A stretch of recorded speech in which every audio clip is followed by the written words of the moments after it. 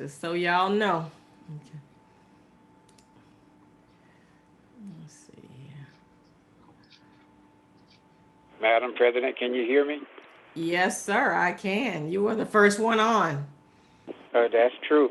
You got a new device? Because you are just loud and clear.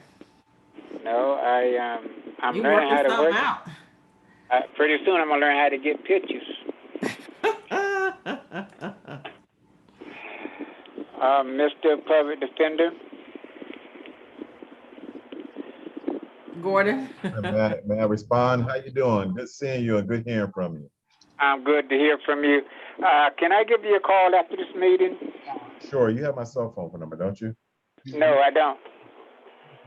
I'll text you. Okay, thank you.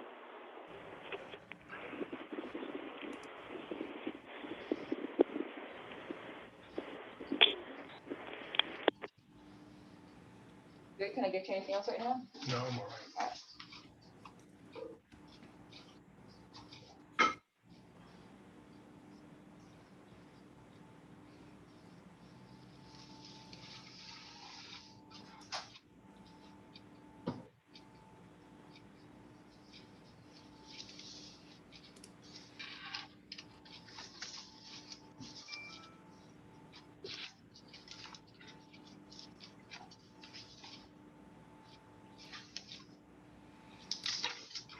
Okay. Madam President, if I put my cell phone number in the chat, will the whole world see it or just the members of the call? Depends on whether you direct it to Mr. Walters or not. I don't know if Mr. Walters will see it.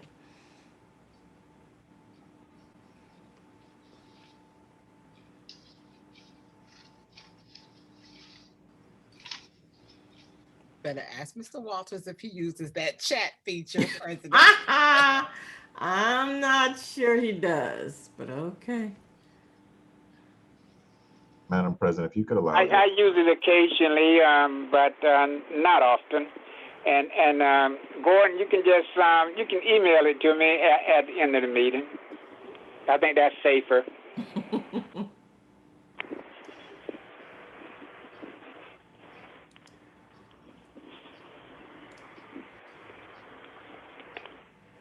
Gordon, was that information correct that you got earlier? Yes, ma'am. Well, our prayers certainly go out to Attorney McCray and his family.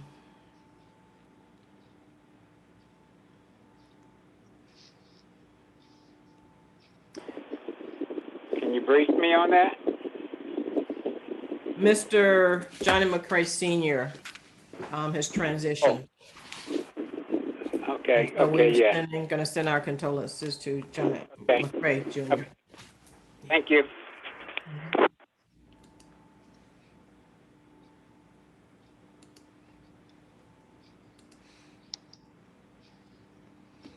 Okay.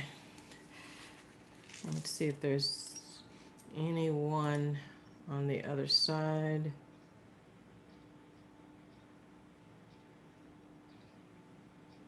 Don't think so. Okay. All right. We are going to get started. Thank you all for coming on. We'll start with our self-introductions, please. Anybody? Don't be shy.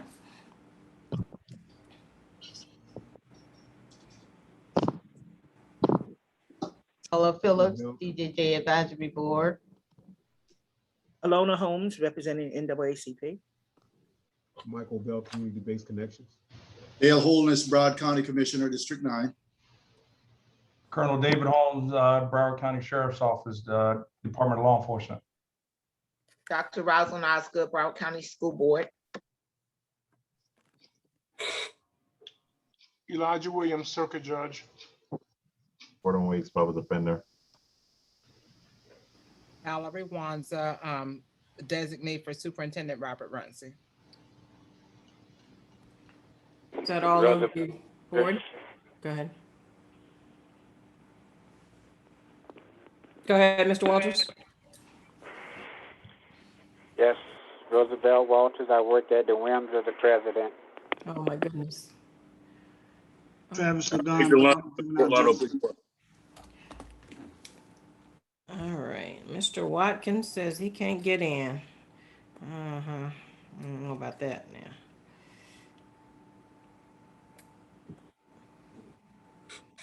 I'm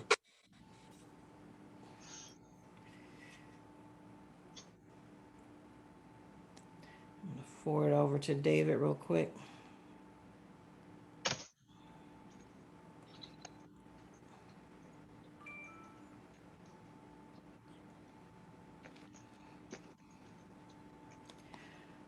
Okay, now, the duly elected state attorney has decided that he is gonna send a designee, and that is Gloria, what's her last name, Michella?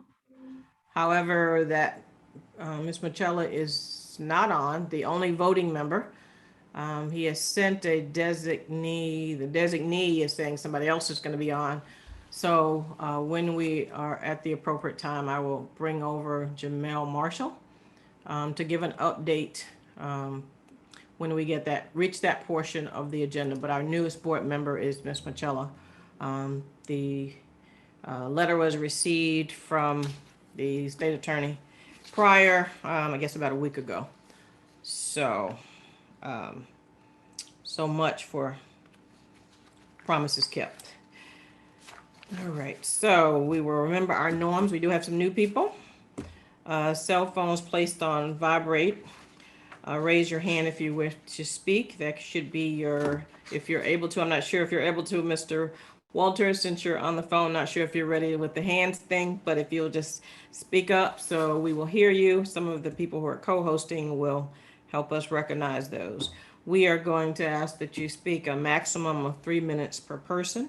Respect all opinions and viewpoints, and address the board members respectfully. And with that said, I am going to, since we do have quorum, call for an approval of the agenda as submitted. Madam Chair, Yes, sir? move to approve the agenda and the minutes. Thank you. Second. It's been moved and seconded. Is there any unreadiness? Hearing none, those in favor, let it be known by the sign of aye.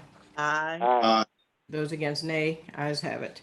And by the way, if you look on our YouTube page, you will find the videos of the previous meetings. So if you're think you're going, this is a open meeting. So if you were unclear of things you said you were going to do, please visit Fort Lauderdale Broward, NAACP Fort Lauderdale Broward's YouTube page, and you will see the lovely video of yourselves and all of us.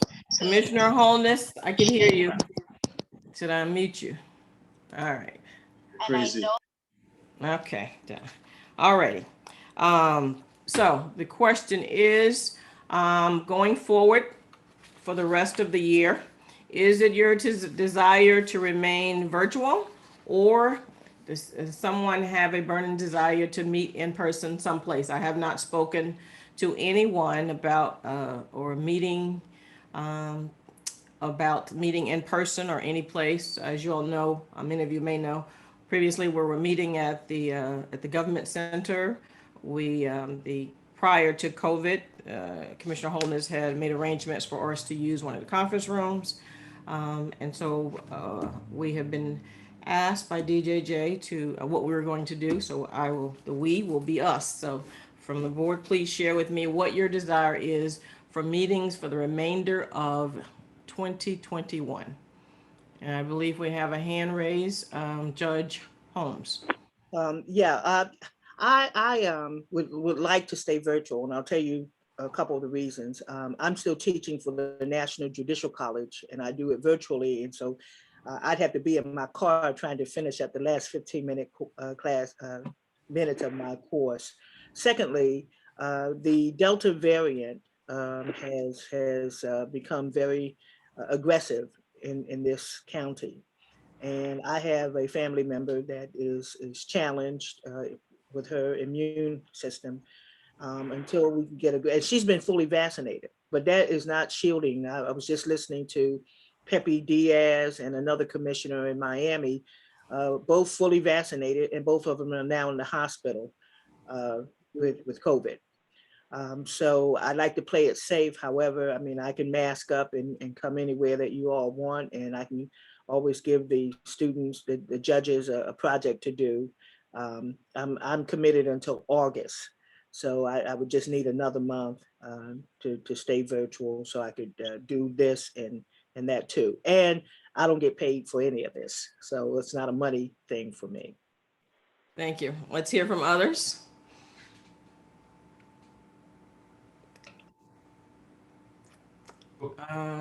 Mr. Weeks, I see. Mr. Obell, you're unmuted. What are your thoughts?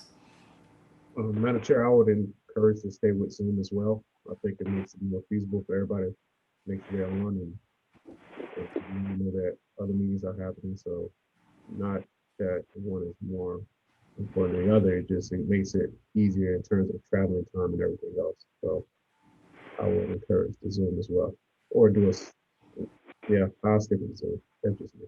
Okay. Mr. Weeks, your thoughts? I also agree. I look forward to seeing you all soon enough in person.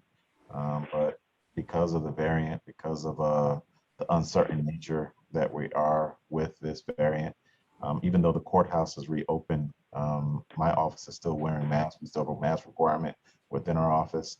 And you know, we're cautious because we don't know what's out there with this variant. So for that sake, I think there is some value in doing it via Zoom. I think attendance has been relatively high via Zoom, and the reduction of travel time via Zoom has also been helpful. So I'm okay with continuing via Zoom. Colonel Holmes? Madam, Yes, sir. Give me a minute, Colonel Holmes, and then Mr. Walters. Hello, everyone. I would like to continue via Zoom. As you recall, last month, I was out of town on vacation, but it was something that was very important that I needed to talk about during our meeting, and I was able to take my iPad and Zoom in while I was on vacation. So I think it's beneficial, especially when there's something very, very important that needs to be brought up to the board. So I'm in favor of Zoom. Okay, thank you. Mr. Walters? yes, I like the in-person meeting. I think we get more out of it when we're in person. However, you have managed very well during the Zoom meetings. And since we are now at an increase per day of cases, I certainly is not ready to rush back in to face-to-face meetings. And I think we should, at least for the next couple of months, stay Zoom. Thank you. Ms. Phillips? Yes, I agree also. Zoom for right now, and we can, relook at it again. That if we can do that, it's working also for me. Okay. Dr. Wanza? I concur. The virtual platform. I think the other added benefit is sometimes when you ask us questions or because we are in our workspace, we can sometimes readily access stuff that when we go face to face, we'd have to call back. We got to email it to you. So being virtual sometimes allows for that flexibility as well. Okay. So by consensus, we are going to at least finish out the year virtually via Zoom. Is that what I'm hearing? Okay. Works for me. I've been watching the numbers. That COVID-19 is not playing, man. It's back. I knew when it said it was Delta, it was going to be a problem. I knew it was going to be a problem because y'all won't do right. Okay. You won't do right. Y'all know it. Okay. HB 7051 was signed. We know that our representative who initially came to the NAACP to discuss was Representative Pat Williams. She did reach out to me some time ago to say that the bill had been taken away from her and then given to other legislators, rolled all into one bill, and it was subsequently signed. So Mr. Weeks and Judge Holmes, if you will enlighten us on 7051 and how it affects Circuit 17, please. I'll go first, and then with the legislative update, and then Gordon, you can chime in. 7051 came out of the House bill, but the Senate voted unanimously almost for it. It is the law enforcement reform bill, but embedded in a paragraph of 1, 2, 3, 4, 5, 6, 7 lines in that legislation are the following words. This section may be cited as the Riot Roll Act. A child younger than 7 years of age may not be arrested, charged, or adjudicated delinquent for a delinquent act or violation of law based on an act occurring before he or she reaches 7 years of age, unless the violation is for a forcible felony as defined in Florida statute 77608. This is good. So if a child 6 years old or under commits a felony or misdemeanor, they're not to be arrested, they're not to be charged, they're not to be adjudicated for a delinquent act or a violation of law based upon any of this, a delinquent act or a crime occurring before they reach the age of 7, unless it's for like murder, armed robbery, rape, and some burglaries. So that's a start. So Gordon, I'll let you segue into that. Judge, that's an incredible accomplishment in this legislative session, given the tenor of what goes on in Tallahassee. I believe, my understanding, this is the first instance where there's been a carve out for when law enforcement officers can exercise their discretion and initiate an arrest. And this is an appropriate carve out because children are involved. And we all know that children under that age are not capable or equipped or do not have the mens rea to move forward in the criminal justice system. And it's just a recognition of that that's been embodied in the law. I think it's a good law. It's well intended. It's well overdue. And hopefully we will see that there are some impetus to increase that age to where it appropriately should be. It should probably be 12 or 13 as opposed to 7, but there's a start. And that start is where we're gonna try to develop the scientific evidence to support why the age should be raised as well. So that's a good law.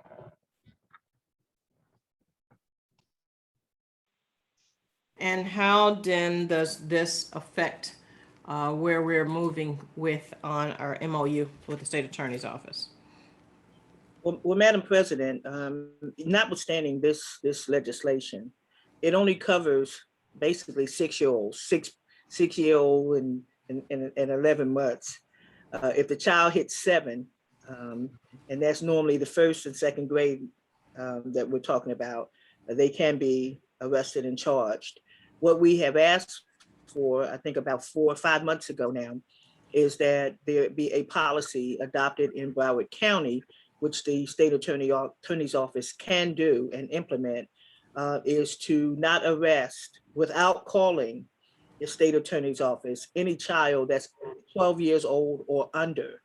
We're including the age of 12 because I think, Gordon, I'm not sure, it's been a little while since I read the Miller case and Blakely as to the US Supreme Court did they included some scientific, psychological statistics.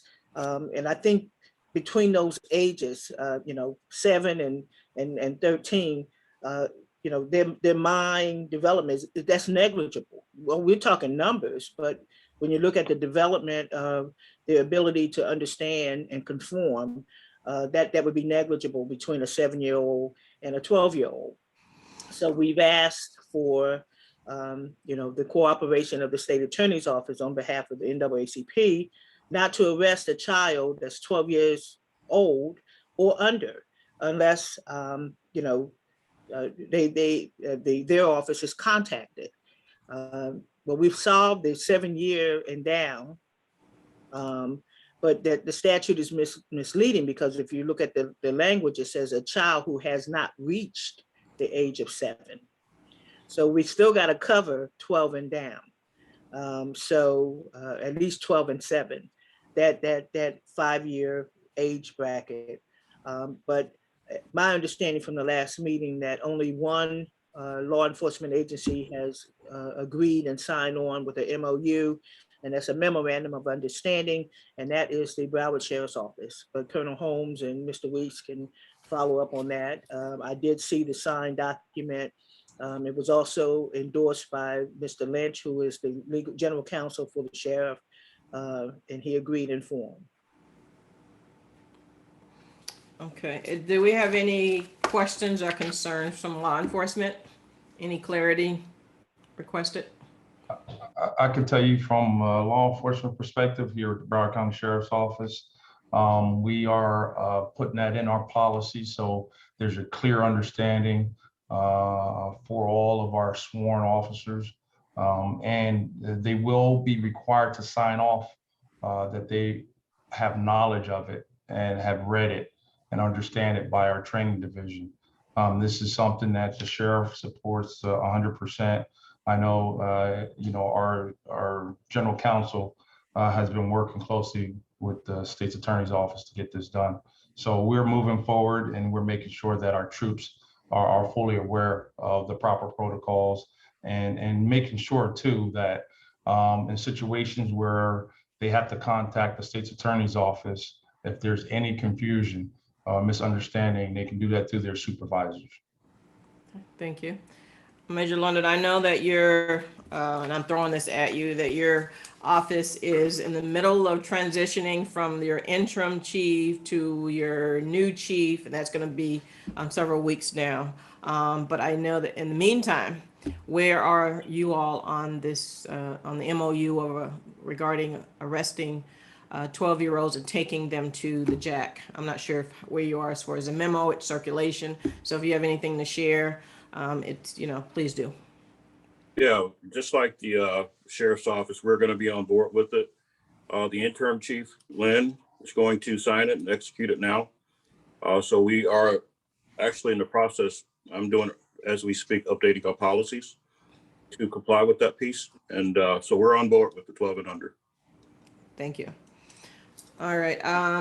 Mr. Marshall, did you have something to speak of on this topic of your MOU? Yes, good afternoon. We do have the MOU. It is for children ages 12 and under. That has been approved by the attorneys of the various chiefs of Broward County. And so from the notes— I'm sorry, you said multiple, the attorney for the various chiefs? Yeah, from the Broward chiefs is what Mr. Pryor notes, that it's been circulated, and they're just waiting for it to be reviewed and confirmation from DJJ. So as it confirmation from DJJ, I don't understand. Well, I could tell you that currently, from my understanding and from my experience, law enforcement, whenever a child is arrested age 12 and under, they are calling a supervisor from our office if a child is 12 and under, prior to being taken to the JAC, or once a child reaches the JAC, as to whether that child should be arrested and processed at the JAC. So currently that is what's being done. I believe that's just from what I'm told, it's just supposed to be, we're awaiting confirmation from DJJ, but that has been approved by the chiefs of Broward. Okay, will you share with us, other than Broward Sheriff's Office? I know that Major Lerner has said that Fort Lauderdale is on board. Other than those two agencies, of all the other agencies, who has actually signed on the dotted line? At this time, I don't have the answer to that question as to the specific agencies. That'll be something I have to get from Mr. Pryor and Ms. Marcella. Okay. All right. So were there any other questions regarding the MOU regarding the 12 and under? Madam President, I'll Yes, defer yes. to Ms. Evans. She put her hand up first. Oh, I'm sorry. I didn't see that. No. Go ahead, Mr. Chief Evans. Afternoon to all. Just wanted to ask Mr. Marshall, you're waiting from the department to respond to you said awaiting confirmation. Could you clarify that, or do you have something you can send to me? I don't. I know that that's just what I've been told, that they're waiting from confirmation from DJJ. I'm not sure specifically who, but that's just what I've been told, that it's waiting for review and confirmation. Okay. If you could ask that what was sent to me to perhaps be resent, perhaps it's caught in my vacation emails, bucket of emails. Last You time need to know who sent what, Attorney Marshall, who sent what? Is it saying Gloria sent it? Did HP send it? Who sent what? And did they actually send it to Cassandra? Because you got to tell them to stop, to put you on here. You don't really know the answers. I don't know who clicked sent, so I'll follow up on that. So Yeah, that don't come on here. It ain't you not personal. Don't come on here after all these months we've been waiting and you don't know the answer to these questions. Very unfair to you. So I'm just saying. And then when you said DJJ has been on board from day one for all of this. We just toured the facility, went through the whole thing. So when you said DJJ, you're waiting on them to tell you something or approval or a way in, that was very confusing out of left field there. But I won't speak for Miss Chief Evans there. But I wasn't aware that they were out of the loop on any of those things. I think we all did this together. I know that you may not know that, but Chief Evans served on our committees for doing that. She's kind of been in the loop the whole time. So, okay. All right. So we got nothing. All right. So let's move on to. Madam Yes, Chair, I'm sorry. Go right ahead. Can I pose this question to the body? I think it would probably be better or easier for me, and maybe for many of us, to know who has not signed on to the memorandum for 12 or under. Only BSO has signed. Mr. Major London says they're in the process of signing. He will not have to wait for his new chief. The interim is signing. So Fort Lauderdale is saying that they are ready to go. He has it in front of him now. BSO signed on day one, and absolutely no one else, no other law enforcement agencies has signed. I asked that question of Mr. Pryor, the duly elected state attorney, specifically last week. Check the video. I think you were out of town. And the answer was no. He had met with a number of chiefs. However, they had not signed on the dotted line. So to answer your question, that's an easy one. Only the Broward Sheriff's Office, and now we find out, fortunately, that Fort Lauderdale is on board. So I don't know who is, well, I do know. Mr. Pryor's making all of the, he's doing the notifications and talking to the people. But remember, if anybody who's never been to those chiefs or the chiefs meetings, those things are ridiculous. It's just a bunch of pompous, no offense to David and Victor, people that's sitting around the table doing what they do, and nothing ever really gets accomplished from that. That's not how we do it. And the Commissioner Holness did offer Attorney Pryor an opportunity to meet with the city managers and commissioners and that sort of thing. And I don't know if the commissioner is available to say whether he's taking them up on that, but no, just BSO and now Fort Lauderdale. Did you have any other questions, Attorney Weeks? No, Madam President. Thank you, sir. Senate Bill 274 vetoed. That is the expunction bill. Madam Chair, I Yes. thought you addressed something. Yes. Did you extended an offer to Attorney Pryor to take him or to connect him with and two city attorneys to work on their police chiefs for signing the MOU for arresting 12-year-old and under? That hasn't been done, Madam President. We haven't had that kind of, so. Okay. I'm still available, totally committed to. Okay. Thank you. Yeah, so the office there has just not been taken advantage of. Okay. Madam Chair, if I may, if you could ask Mr. Marshall if he would just make sure that Mr. Pryor knows that the commissioner is still extending that offer to go with the city manager, go with him to the city managers. Because the police chiefs, most of them are under the auspices of the city manager. And so if the city manager says yes, then their answer is yes. So they can sit around a round table all afternoon and be pompous if they want. The city manager controls that paycheck. So, Mr. Marshall, it's in the best interest of Mr. Pryor to take the commissioner up. He knows all of these city managers. He's been around long enough, and he can tell them the value of having a memorandum of understanding of not arresting 12-year-old children and under. So, Mr. Marshall, would you do that with the acceptance of the chair, Madam President, to direct, or ask to do that? We've been at this for almost 6 months now. Something as simple as a memo, and people get tired of waiting when it's simple. I have made a note of it, so I will follow up after this meeting with Mr. Pryor and Ms. Marcella as far as getting that done. And let them know that Commissioner Holden has. Hang on, Commissioner. Hold on, let him finish. Go ahead, Mr. Marshall. I said, I did make a note that Commissioner Holness did make himself available for the purposes of getting that memo to the city managers. Make a note that he's still available because he made this offer over a month ago. Thank you, sir. Commissioner, and then Ms. Chief Evans. And we did send out to all of the city managers, elected officials, the juvenile, the missed opportunities that we should be taking advantage of. But also, I wanted to add that the city manager is hired by the elected officials in the city, and there's a push down that can occur from that level. And the elected officials in most of these cities know me. Some of them I actually helped to get in office.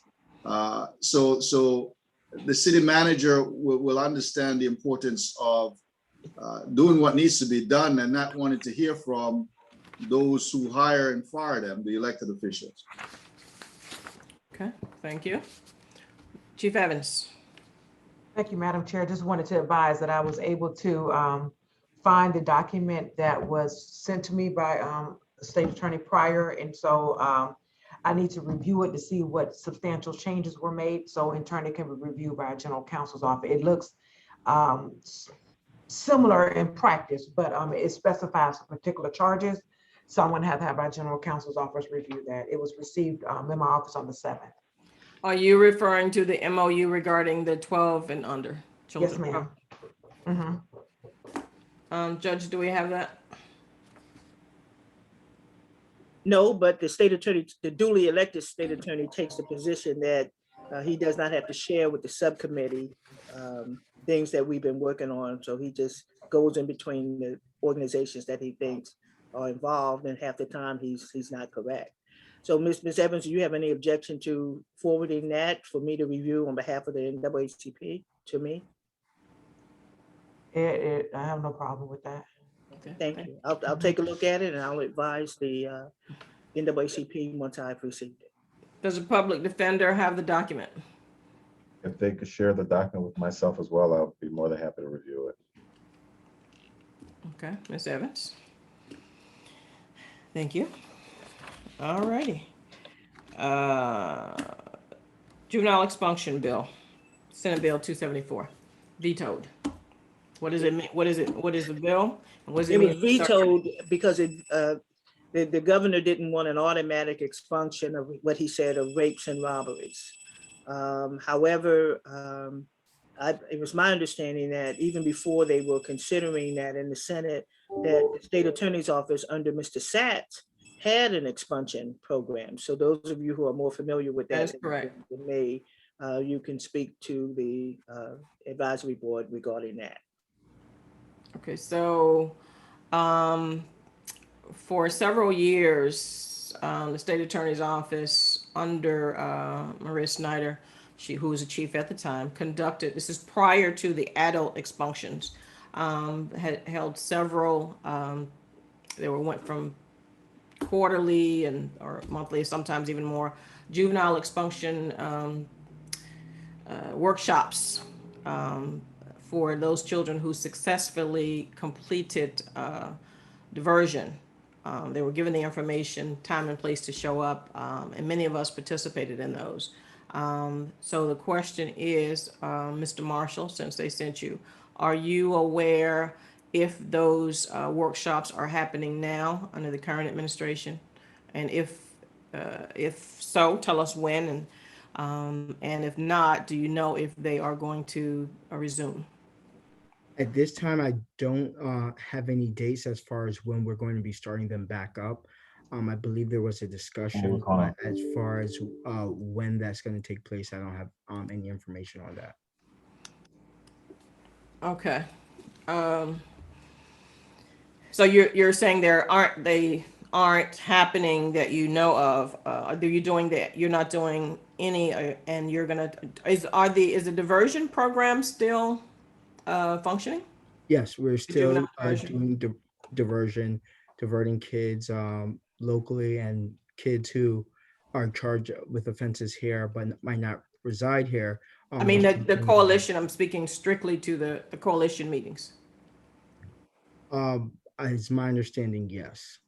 Okay, I think Miss Evans is nodding yes, and your hand is up. Go ahead, Miss Evans. I'm sorry, I had Laura, yes, ma'am, it's still taking place. Okay, good deal. All right, and because of the veto, I think it's really more important that we actually get those expunctions going again, more so than ever. All right, we have the update on the 12 and under memo. Somebody's gonna see it.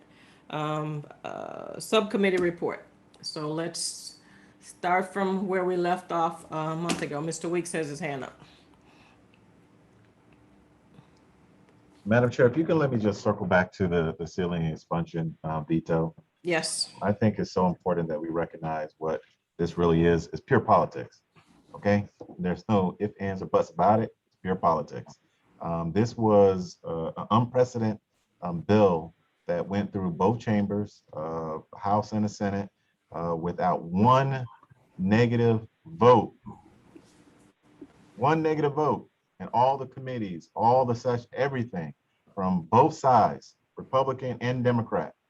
But when it gets to the governor's desk, because it is an issue that benefits children, the governor sought the veto. And I want to put this into context for all of us. And for those of us that are not on the cab, but are listening on the internet.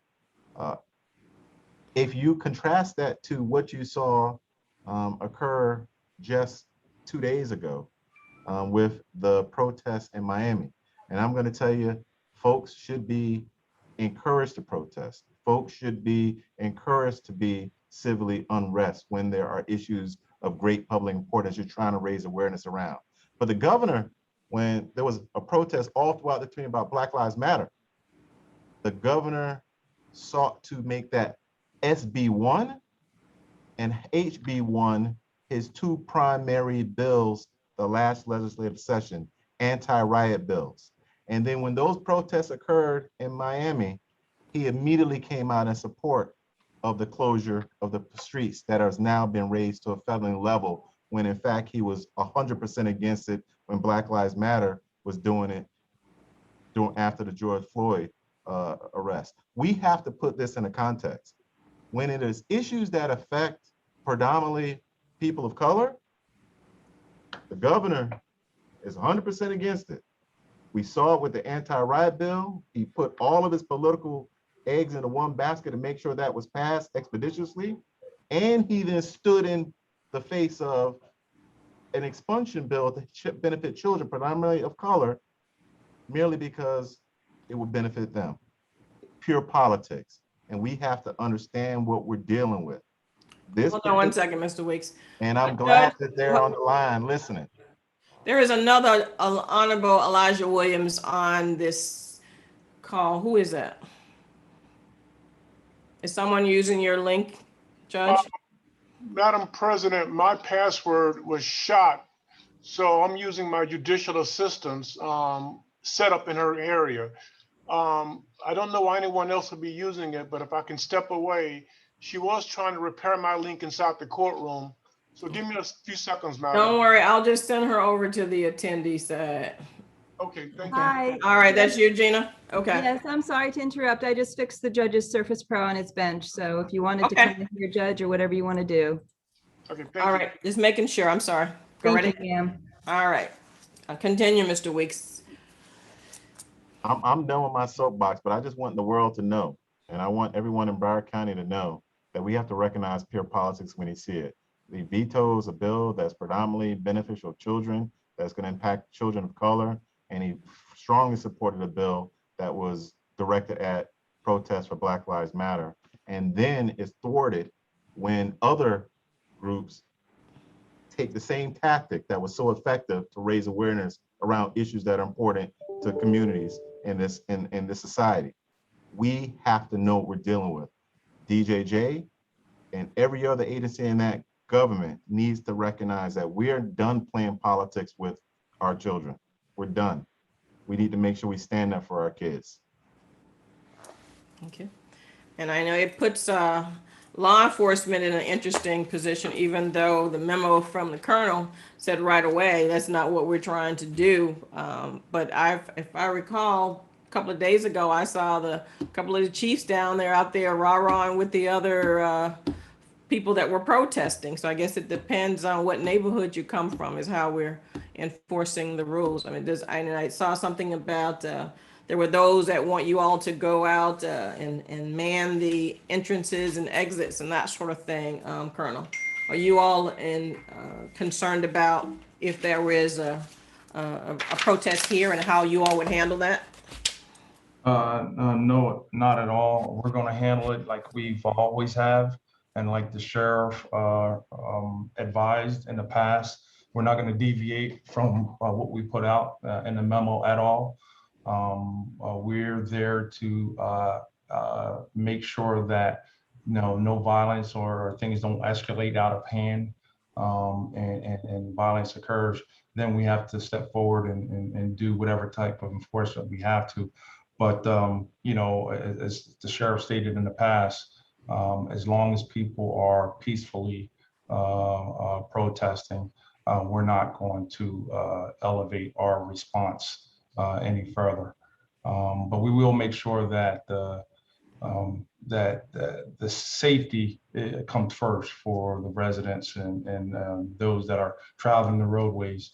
We're hoping that it doesn't rise to the level that we've seen down in Dade County. As of yet, we haven't received any intel that it will escalate to that level, knock on wood.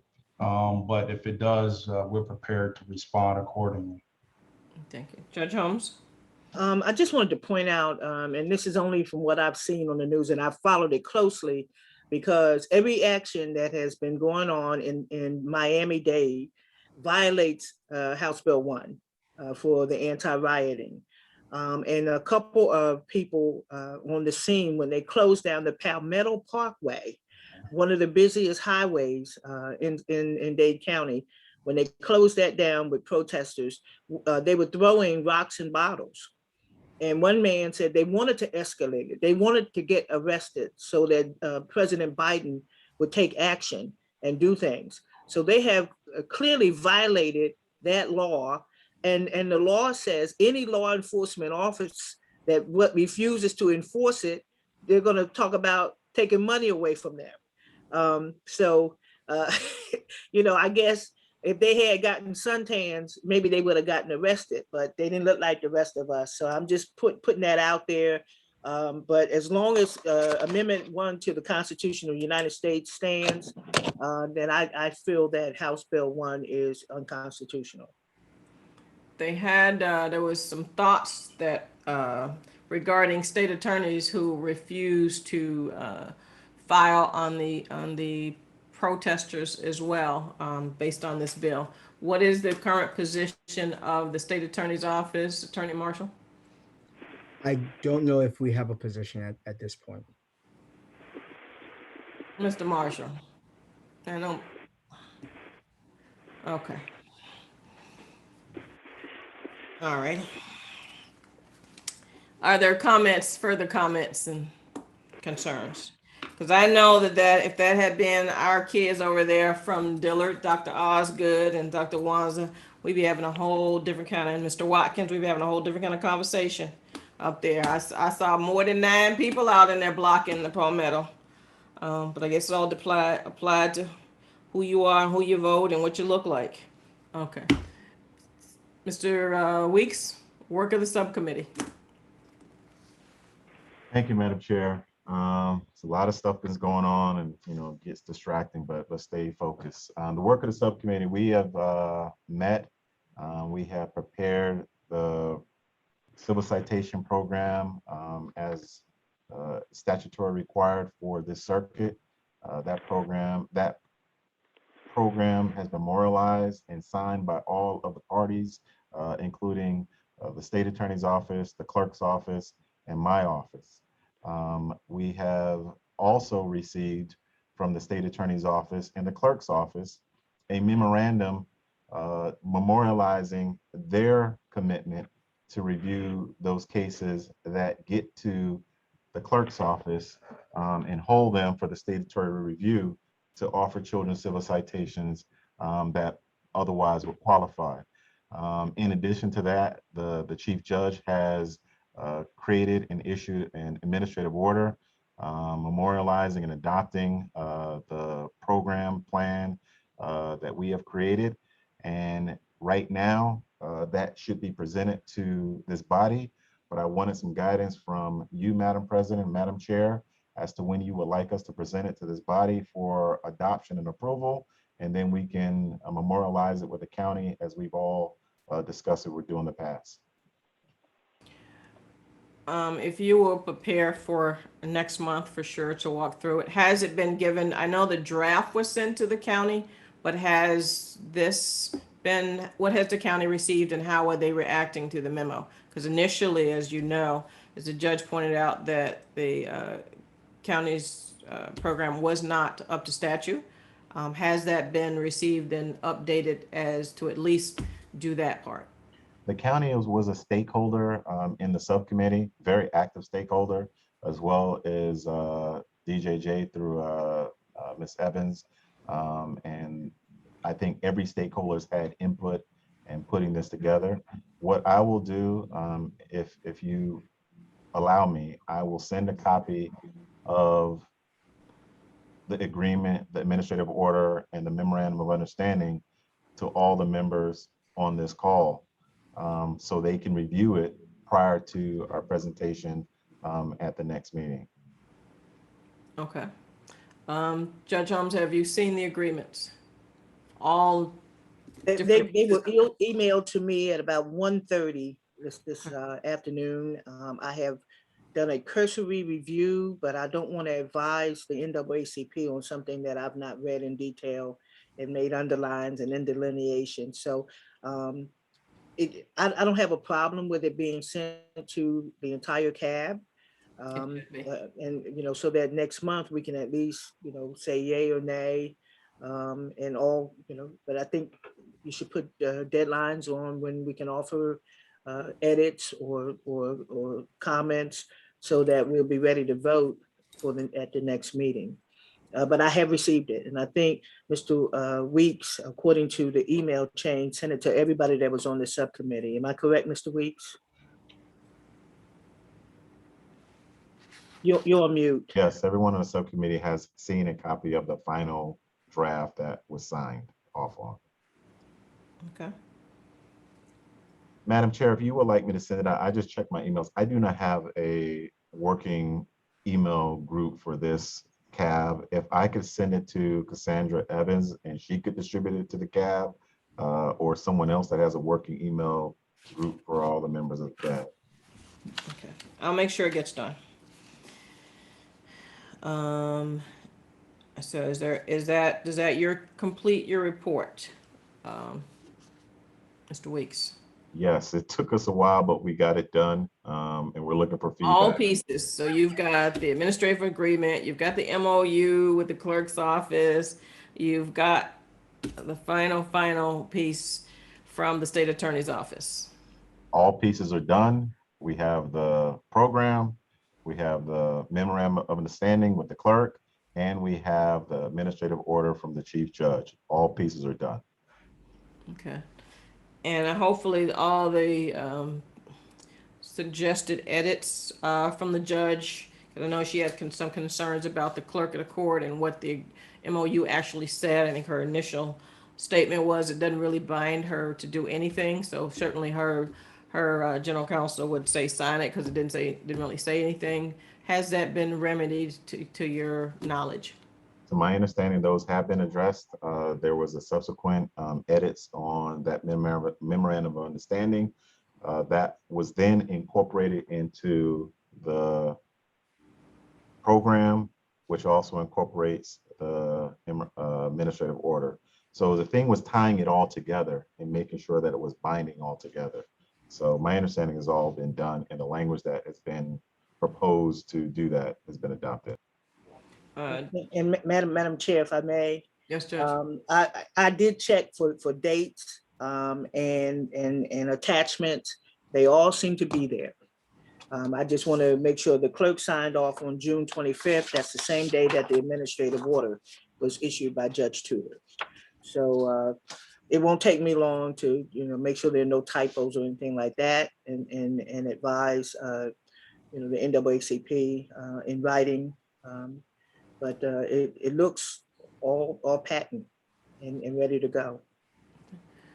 And Judge Williams, since this court has played and your chief judge played such an important role into this, tell us where you all are on civil citation for Broward County.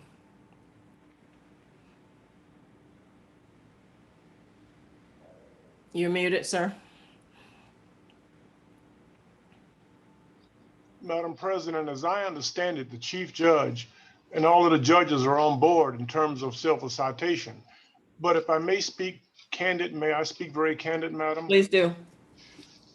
The Miami Herald had a major editorial today, and it says, one Florida county found the right way to keep youth out of their criminal justice system. It's a major article, and it focuses on Duval County. Duval County is Jacksonville. And for 44 years, they've only voted for a Democrat to be president once in 44 years. It's a red area. They decided to go ahead and turn the diversion programs over to the police departments and civil citations and so forth. And as you recall, I said at the promise hearing, the ultimate goal is to turn all this stuff over to law enforcement and let them run it. Duval County did that, and now they have 3 times as many kids that are being diverted from the criminal justice system. When we started Promise, I think I might have mentioned to you, Justice Pariente said we took juvenile delinquency 50 years into the future from Broward County. We were the leading visionaries. So what I'm suggesting to you is that when I take a look at the civil citation memorandum, basically, as it says in the article, they took the state attorney out of it, took all the bureaucracies out of it, and just told the cops, it's your job to divert these kids. And the cops did 3 times better than the state attorneys and the rest of the system we've got. So I'm going to just say this, Madam, I'm fully on board with the civil citation program, as are the other judges. But I'm going to push us at some point to hand this stuff over to these cops, because when Duval County is getting major publicity, that they've got the right way to keep kids out of the juvenile justice system, I'm kind of offended, because that was the crown that we used to wear. So we're on board, but understand, I'm going to push this idea of making these cops do this, because you're going to find out Judge Teskey was right. Once you turn it over to the cops, they're going to outshine whatever you can come up with, because it's their baby. It's going to take some time, but I'm going to tell you, we're on board, but we're going to push this thing to making them do their job. Because they can, as the article says, they see the kid on the street. This is what the article says. They're the ones that allowing them to divert a young person for a minor offense on the spot, prevents arrest, and allows the prosecutors to focus their time on more serious cases. It also offers a swifter and more certain response, which works better for the youth being held accountable immediately on the spot. So again, I'm looking for on-the-spot accountability, and I'm looking for these cops to make the diversion decision right on the spot. And that's what I'm going to be taking this thing, with your permission. Not at this stage, I'll get to some more, but I'm telling you, I want to follow Duval's lead. If a red county can do it, certainly a blue progressive county can do it. Judge, with all due respect, I have never disagreed with you more in my life. I will never agree with that. The reason we have these programs where we're fighting so hard for civil citation is because the majority of in our experience of law enforcement, they were not doing right by our children, particularly Black children. I don't know what they're doing in Duval County. I would bet if you drill down, there's a different picture there. But The reason why, as you very well know, is why we have promise is because law enforcement, not the schools, decided that they were going to arrest their way out of it. If they did right by our children, particularly our black children, we wouldn't have a need for promise. We wouldn't have a need for civil citation. We can't even get those many of those guys and girls, their officers, to do the right thing by our children today. So I would never support that. My past experience, everything that I know, says absolutely not. The children are not treated away. If you took our schools, the children, if you look at what's happening out west and the east schools, the SROs, SRDs are in the schools, treat children differently depending on the hue of their skin and the size of their bank account. We cannot put, first of all, that's not really what they do. You have law enforcement officers who I'll give you an example. The chair of I think the Douglas Commission and the who's the sheriff up in Pinellas County said he wants to use DJJ's portal to determine what they're going to do with these kids. They're going to decide right then and there. There shouldn't be diversion in Broward County means arrest. We're trying to get them to, number one, to look at each case individually and to consider civil citation, or consider doing something else other than putting those children in system. So we can't turn our children over to law enforcement. They got one answer. I know a dozen cops that'll tell you they got one answer for children. That's handcuffs. You're asking them to do something they're not qualified to do, and their history has taught us that they are not qualified to do. The reason was it just not that long ago, Broward County was the worst in the state of Florida on juvenile arrest from our schools. That was because the cops were running the schools and they were in charge of discipline, and they had one answer for our children, and they were basically our black children. So to say that, I mean, I'm very surprised. I mean, you certainly are in charge. You welcome to your opinion. I know what I know. I know what I see. I know what the numbers show, and that would be the opposite way that I would ever want to go. We were there already, and I know that black children, in particular, don't get the benefit of the doubt when it comes to law enforcement, Judge. I'm actually very shocked. But go right ahead, sir. Yeah, Madam President, again, let me repeat, and let me just tell you exactly as I sense it. In Broward County, the state attorney has created a program. The vast majority of the children who commit a crime on the streets in Broward County will never see the inside of a courtroom. That was done primarily through the state attorney's office. We have a very good program. Other judges come down here to see us, to ask us, how do we get our state attorney to be as progressive as Mike says? I don't know. I tell them all across the state, across the country, we have the best diversion program. I don't have a problem with that. What I'm saying to you, Madam President, is that I want to take it a little bit further. All right, I want to make it grow. I want it to be bigger than what we've already gotten. We're 10 times better than Duval County was from the very beginning. I'm not saying that that's the route to go, is to just, what I'm saying to you is that I want to see law enforcement be able to solve their own problems and for them to embrace our kids. And I agree with you, the history. I'm not stupid. I understand the history, Madam President. But at some point in time, we're going to have to let them, all right, change their attitudes toward our people and our children. And you may be right. It may never change. I understand the history.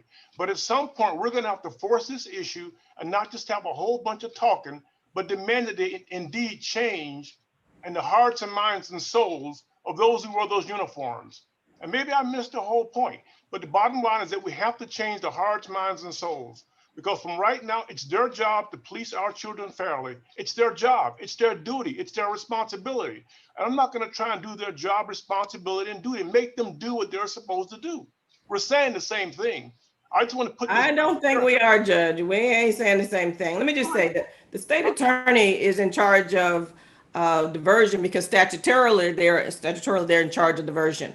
We don't know that we have the best diversion programs. Because diversion today does not look the same as it did, a year ago. So I don't know that you're in I know more about diversion. And in other counties, diversion means something different and does in Broward. But diversion in Broward means that child has been arrested. Child has been arrested. They have an arrest record. That is what we try to avoid. The police do arrests. They don't do other programs. They do arrests. So that is the opposite of what we're trying to do here. If you can't, we pilot a civil citation program, pre-arrest, program and with City of Fort Lauderdale some years ago. Right. And we had to work with the chief and its administration to put in a mandatory punishment, discipline, Okay. in order to get them to do the right thing by the children. It wasn't until, because they initially thought, these are cops, they don't get anything out of it, they don't want to see these, but that didn't happen. So it wasn't until there was a disciplinary piece put in there to make them to do the right thing. The reason we have promised is because the cops, when the principals and school leaders were sending those children to the cops to handle the issue, they arrested the children. We don't do civil citation, nor should we, from the schools. They were arresting the children. They have one answer for us, Judge. Okay. And if we could change their hearts and minds, I don't think you can legislate someone's heart. That's why we're asking the colonel to put it in writing, and he's saying, be responsible, sign off that you know. We've been here. That sounds real good, but that don't work. Okay. Thank you. But anyway, I'm not gonna, there are other, I want to hear from other folk on this issue as well, on the judge's piece there. Anybody that concurs with the judge, please speak up. I'm good with that. Just speak up. Well, Madam President, I never agree with an op-ed in a newspaper. I like to see statistics. I know Duval County judges, circuit and county. I have spoken to them and asked them about how things are happening in Duval County. Duval County has not been friendly to children of color. They're arrested more times than not. When the Southern Poverty Law Center did their research on arrest and treatment of Black and brown children, they did not herald Duval County as being the flagship for folks to follow. I had the op-ed, I've just sent it to you, Madam President. It was done on July 13th in the Miami Herald. It looks like a good puff piece, but until I see the results, you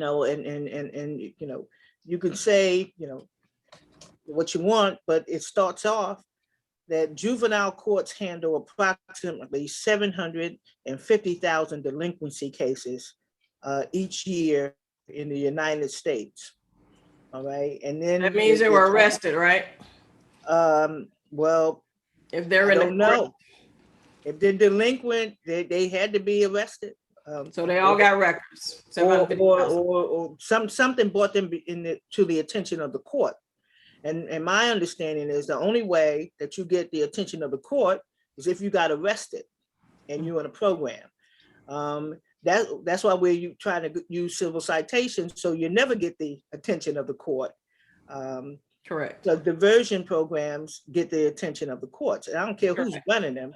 But if a child's in there, that means something happened, and normally it happened with the police bringing them into the system. Now, Chief Evans knows the system, the juvenile system well. I mean, I can tell you the ins and outs of criminal adult things, but Miss Evans, is there another way other than arrest to get a child before a court? Not through the delinquency system. Now, the family system moves a little differently, but not through the delinquency system, not to my understanding. Well, this thing is talking about delinquency. So, Judge Williams, I'm all for letting the police do what they do, but the thing is, the police have been called upon to do a lot more than they are trained to do. Giving them this program, they have had every opportunity. And in some ways they do use it. If a kid gets arrested in Parkland or stopped by the police in Parkland, they normally don't wind up in the Broward County Jail or the JAC. The parents get called, come get your child, and they get taken home. But if they look like me, okay, they get a ride and they get some bracelets to tie them over until the ride is over. So I'm suspect with the treatment of children, Black and brown children. I'm not trying to say that it's racist, but there's some systemic issues going on with how the treatment. And we just talked about that. The Cubans are laying down in the middle of the street of the road or Palmetto Bay and Palmetto Park. Okay, the police in Miami have just announced that certain streets in Little Havana will be closed for protests. I've never seen the police announce closures for when the Black Lives Matter, and I'm not involved in any of these. I just read the newspaper and I follow, what's going on. Nobody's closed any streets. Matter of fact, these people are penalized because they have closed the streets and marching. Matter of fact, that legislation says motorists can run them over if they feel threatened because they're blocking the street. Not one person in Miami who's laying down in the middle of the road or Palmetto Park has been run over by something.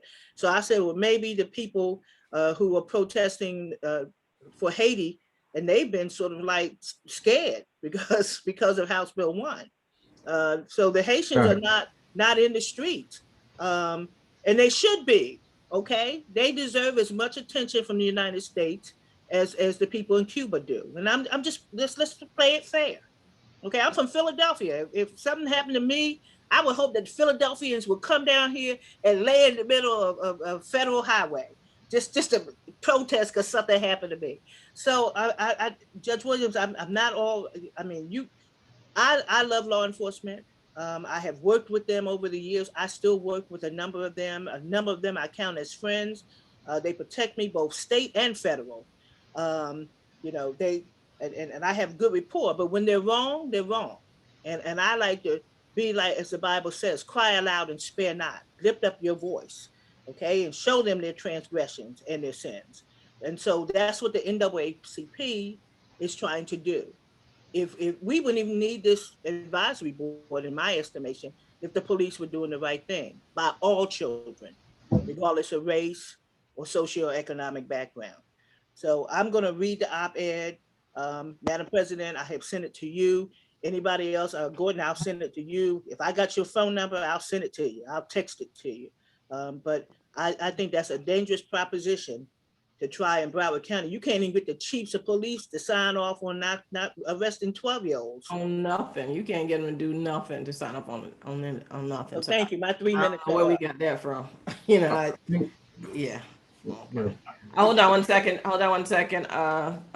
Commissioner Colonel, you had your hand up. Yes, Madam Chair. One of the things that's a concern of mine is I would have to divulge deeper into that article with Duval County and look at the real numbers. Duval County, as we're all aware of, majority, if not all, of the county is run by the sheriff's office. So I would have to look at their policy and procedure and look at the real numbers. And as we all are aware, Broward County is a lot different than Duval County. And, we have numerous municipalities here, and a lot of times the officers follow the lead of their leaders. And if their leader isn't in support of the civil citation program, then how can you expect their officers to follow suit? We've been monitoring the numbers for quite some time. And I'm curious to see what the real numbers are with Duval County and how they compare to the rest of the state. And I wouldn't put too much trust in what the media would put out there, in support of a county like Duval County. I can tell you that. Not to knock them, but I think we would have to dig a lot deeper to see how it truly is. Thank you, Commissioner. Thank you. I hear where the judge is going. Since the cops are on the front line, they should be doing what needs to be done, but clearly they're not. And their resistance is high in many areas. When you look at civil citation, both for adults and juveniles, you go to Weston, you go to Parkland, there's a totally different application that's done in Broward County. Mm-hmm. Now, Duval County is probably more white than Broward County is. And maybe that's it, I don't know. The sheriff says maybe it's because the sheriff runs most of the county. Well, maybe we got to get the sheriff to run Broward County. That might be a solution. I don't know. And that's not going to happen right away. We know that. So we are going to have to continue what we're doing right here, right now. And that's the push, shove, do everything we can to ensure that the police understand the importance of using this tool. That's going to build a better community and a better nation. We lock too much of our people up for minor stuff. We destroy kids' lives. Can't go to college, can't serve in the military, can't live nowhere, can't get a job. What happens then? It means we're going to have to take care of them, and that's the fact. $300 million this year for jails. Why aren't we making other investments elsewhere? Because we're putting too many kids and people in jail. We have to totally change what we do in order to create greater prosperity for all our people. So I say we continue what we're doing, and hopefully the cops will join us. But at this point in time, I don't know that we're ready. When they're ready and they're doing what's right, then fine. Right now, no, we got to do what we do. Thank you. Thank you. Judge Williams and then Mr. Marshall. Yeah, let me make sure I say this word again. My ultimate goal, as Judge Teskey taught me, is to reach that point. Now, ultimate means a lot of things. I told my wife I wasn't going to marry her until I had $5 million in the bank. That ultimately, I never made that goal. What I'm suggesting to you is that white Americans control their police departments. When we set up that whole Promise program, Marshall, Madam President, what we essentially did was we told cops that you are to arrest children, predominantly our children, under these circumstances. And that was the beauty of Promise, is that we took control of deciding when our children would be arrested and what the circumstances, the policies, processes, and procedures. All this to me is about, at some point in time, we're going to have to turn it over to them where they start treating us like decent human beings, because we're going to spend the rest of our lives fighting them. Other people don't fight with cops. I don't want to say they're in bed with cops, but they ain't fighting with cops. And I understand that right now, Commissioner, we have to fight with cops. I get that. All right. But what I'm suggesting to you is that ultimately, Madam President, we're going to have to reach a point where we recognize that we're a majority county, majority, minority, whatever, minority, majority. At some point in time, we're going to have to start acting like it. At this point in time, like we run the police department. That's all I'm saying. Ultimate is all I'm saying. Yeah, that really wasn't my interpretation. And Judge, I sat through all the nuts and bolts of Promise. You did. What we said was that we would like the control of the discipline of all children in Broward County to remain with school leaders, principals, to be in charge of our children. Stop turning them over to law enforcement. That was the first thing.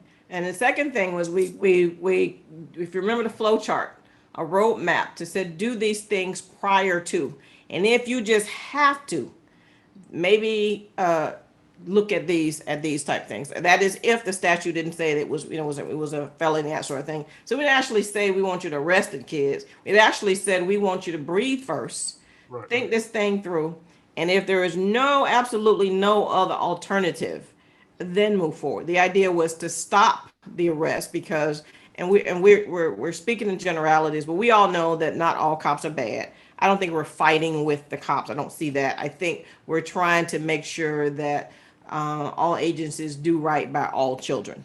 And we're asking that they do what's fair and just for all of us. But and what was happening was they were just finding one solution for our children. So my interpretation of Promise was to stop the arrest of unnecessary arrest of children who were just exhibiting regular delinquent behavior, all that we did.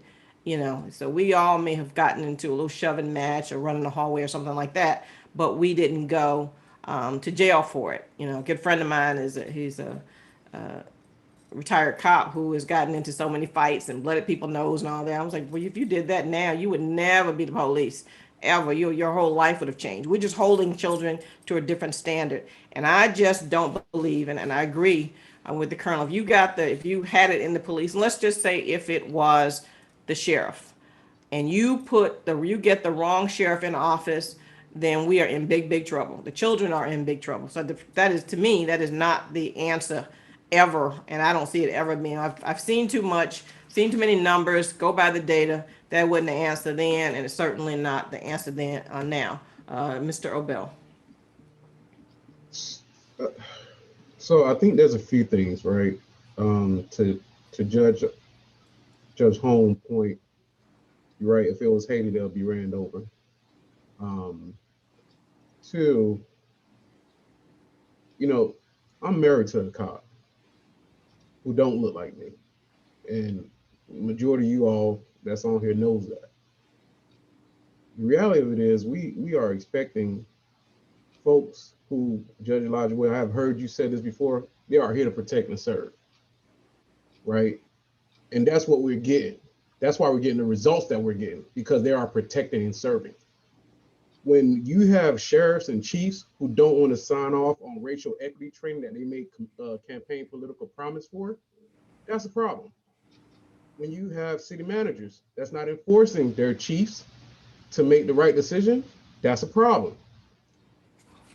It will continue to be a problem. Those with money, those who have the political backing, get their chief to do what needs to be done. That's why Parkland is able to operate in which they do. There's not a question, or that chief will be, their folks will be removed. And I could go down a rabbit hole with that alone. The reality of it is, we sit up here talking about folks who got the position, who can do this, who can do that. Well, there's a reason why. So while we sit on this committee to come together and advocate for these matters, we got to hold people truly to task, and that's what we're doing. Police is not going to do the work that this is what police consider social service work. They're not doing that. They're doing protecting and serving. And social service don't fall under serving for them. So we're saying we want them to make all these decisions, unless you get the chiefs to sign off on it, or you can kind of get the home conversation. I get that a lot of this is laughed at. Those who really care works in the community that they care for. My wife works 6 Trump. That's her area, because she wants to be a difference maker. She understands the impact of it. So at the end of the day, we can sit around here and talk about who can do what and who has the power to do what. But until we force things down people's throat, until we, in some cases, for lack of better terminology, keep our foot on folks' neck until they change happens, they're gonna continue to treat us like they've been treating us all these damn years. When I got pulled over some months ago, the officer when the officer pulled me over, he literally said, "Why didn't you tell me your wife was a cop?" Well, hell, I didn't think that mattered. I was just happy to make it out alive. The reality is, we keep dealing with this kind of issue. It's time that these sheriffs who made this political campaign of receiving racial equity training, undoing racism for his people, you have to change the mindset. And it gotta be real. And we gotta push these local chiefs to do the same. These local commissioners do the same. The county commission can only do so much. But we can do all this and talk about what state it can come from where, and talk about, folks gonna do it, but they're not signing up for social services. They're signing up to protect and serve. And so it has to come from the top. Thank you. Mr. Marshall and then Ms. Evans. I agree with Mr. Obel. It's not just the officers, it's the entire tie-in from the chief to the city managers to the commission. And so part of what my office is doing and will be doing is that we're going to have Ms. Marcella and our deputy chief of juvenile, Ms. Lisa Lewis. They're actually going to go out and be conducting education sessions with the individual law enforcement agencies to not only educate them on the civil citation program and why it's important to capture the missed opportunities that we've been discussing for the past few months of civil citation, but also Harold has gone out to and met with the chief of police for every department. And following that, he's completed individual meetings with the city managers to stress the importance of the civil citation program.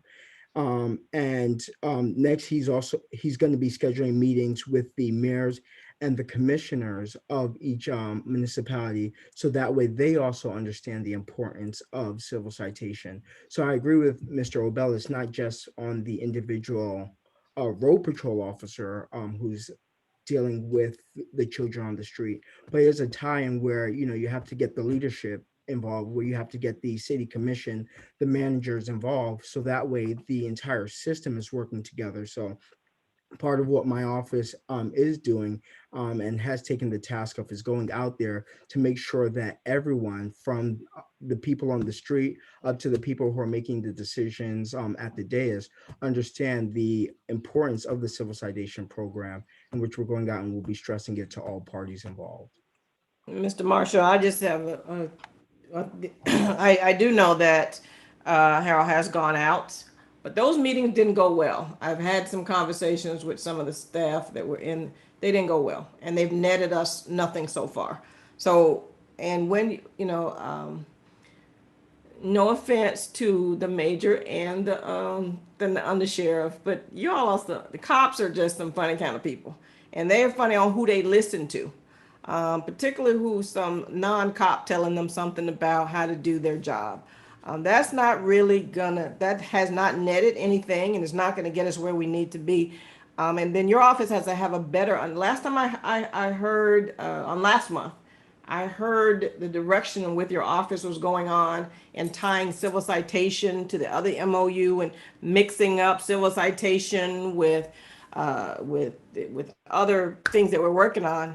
And those are two separate issues, and they must be addressed as such. I know that, and I'm glad to hear Major London speak to Fort Lauderdale, but that meeting did not go well. Brad was not feeling civil citation. He was not feeling the 12 and under. And I know people say, well, he wasn't running the department, but he was running it that day and those days subsequent. So I will believe it, and I have no reason not to believe Victor, but I believe with that agreement when it gets signed, because it's not going well. I know that the meetings have happened, but it is not going well, and they are not going for it. So we have to do something different. We need a better mousetrap than what we got going on. They are not. They're not signing on. Yes, Ms. Evans. What I'll say as I listen to the members of this advisory board and their perspectives, and certainly I'm gleaning from their areas of expertise, is one, a lot of frustration, right? Because the system is doing what it's designed to do, right? We are, and I think Judge Holmes mentioned too, the system design that while may not be, you can choose to categorize it as racist and implicit bias. You can put a lot of different titles around it. It's designed just to do that. And so, Madam Chair, I think that as an advisory board, something we can consider is how do we harness this frustration, this energy into action, and to ultimately create what Judge Williams is speaking of, the paradigm shift, right? You cannot serve and protect and expect public safety continuing to do what's already been done and proven to be unsuccessful. Mike, so to your point about what you've experienced and the good deeds and efforts of your wife, she's only one, and she's one of thousands in a big pond, right? And your experience of will I survive this encounter is still real. So, Madam Chair, it's a huge undertaking, but I think that as we look at our strategic plan, perhaps we need to look at a large system analysis of entry points and the weaknesses in those systems, bring to the table some partners who are more in tune with future thinking versus status quo. And maybe just look at some system redesign. And so I know every day I try to discover how I can work myself out of a job, because if a child never gets arrested, then a civil citation is a moot concept, and diversion thereafter and delinquency thereafter that. So you certainly have the support of the department. I'm continuing to work with individual partners on system improvement from a JDAI perspective, which looks at this as well. And so you certainly have whatever you need from me as far as strategic planning and system evaluation. You certainly have my support, and of course the data that goes along with it. And to Mr. Marshall, certainly I've spoken to State Attorney Pryor and to Ms. Michelle and to Ms. Lewis that I think sometimes at those meetings you need I don't say an entourage, but you need a collective body who can hear what the officers are saying and speak to them and let it resonate with change. And so I avail myself to be a part of those meetings as well, along with the commissioner, depending on how we strategically use it, use that time. So we can make some change, because if not, in another year, we're going to still be frustrated. We're going to be maybe enraged by the disparities that we continue to see. And day by day, our children are lost in the system. And so I just want to offer that, Madam Chair, again, as you know, you all being my advisory board, what the department has on complementary to the frustrations that I'm hearing you all express today. Thank you, Chief. I think you were frustrated because of, as I said before, promises unkept. And so, we're not going to continue to get commitment from folk who are asking us for our support. And then they get these jobs or these positions and then don't do what they said they were going to do. Like, we have a lot of work that has yet to be undone by the state attorney's office, who have said they would do different things. They have not done that. So that is very frustrating, I think, to everyone that's here. And just for example, and I'm not blaming Mr. Marshall, but to send Mr. Marshall here with not the answers that we need is frustrating, and is quite frankly unfair to him and is unfair to us. My next thing is, Mr. Marshall, tell us about diversion program. Tell us what happens, how does a child qualify for diversion? Generally with diversion, those are for our juveniles who are first-time offenders. Those are for and it's only certain crimes. Usually those are for your misdemeanor crimes and non-violent third-degree felonies. Those cases, when they come in, if the child is arrested and brought to the JAC, they are reviewed there. We do have an ASA there who reviews those cases. If they are presented to us as a not in custody case, those are reviewed by the case filer. Any decisions made if they are eligible for diversion, and then from there we would reach out to the victim if it's a victim crime, because since victims have a right to weigh in all types of pleas and everything else, we also would involve them on the decision as far as diversion. If it is not a victim crime, then we would make the decision on our own if a child is eligible, and then the child, either through their attorney if they have one, or the case file, we reach out to the family and offer diversion. Should the child choose to take advantage of diversion, they would execute a waiver, and the paperwork would be sent over to the diversion program for which the child will make intake.